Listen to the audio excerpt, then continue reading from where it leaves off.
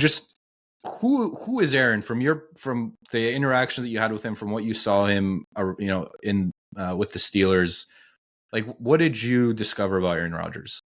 I discovered somebody who's not afraid to think for themselves.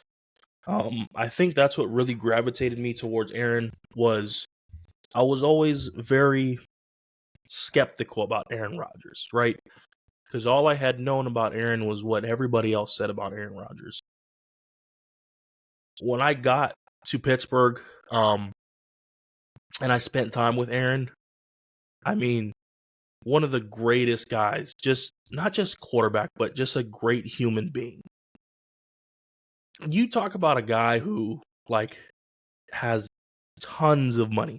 I mean, the guy wears flip-flops and, Russell t-shirts and shorts around, like true California boy, surfer hat on, some shades on, and every time I'd pass by him, we'd always pop jokes or something. And, one time we're sitting playing cards, and my wife, she calls me, and it's in between camp, like chilling with the guys, and I ignore it. And he goes, "Who is it?"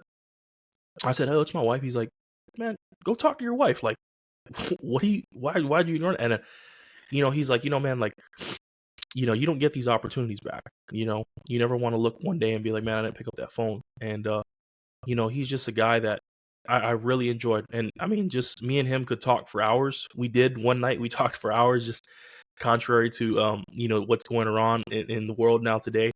But man, I have the utmost respect for that man, not just as a quarterback, but just as a human being. And what he's been able to do in his career. I applaud him for speaking up, for being the guy that doesn't always go with the status quo, because it's so easy in today's day and age to be politically correct, to go with the status quo, to just be the company man that everybody believes in the same thing. Like, and being around Aaron, it's okay to find out and research things for yourself.